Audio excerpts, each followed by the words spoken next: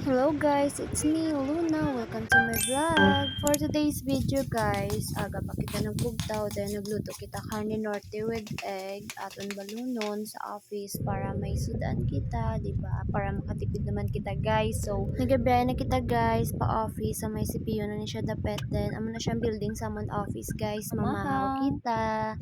O siya, fast forward, papuli na kami guys, out na namon. So, nagpadulong kami kay Manong sa downtown, kay may baklon lang po. Backpack lang na digili guys, ako naging bakal, kay manog puli kita sa kapis. So, guba na nga dan ako nga bag guys, kinanglan ko nagidiyas ang extra. Okay lang na siya kay almost 2 years ko naman siya nagamit. So, mabakal na kita bag.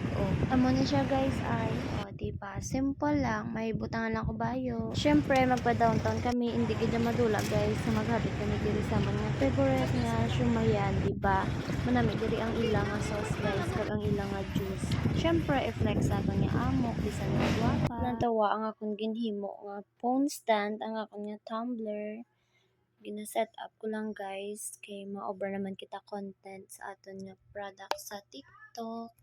Syempre, dapat, diba, initiative. So, share ko lang sa inyo guys. This is Sassy Lady Tinted Lip Balm, shade number 1 and 3.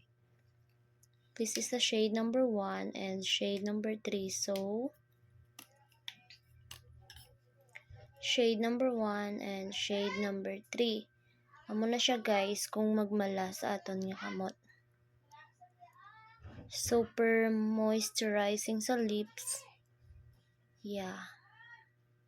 Amo na siya guys, akong ginaobra kung may time ko sa B-house. That's all. Thank you for watching. Bye. Jesus loves you. Mwah.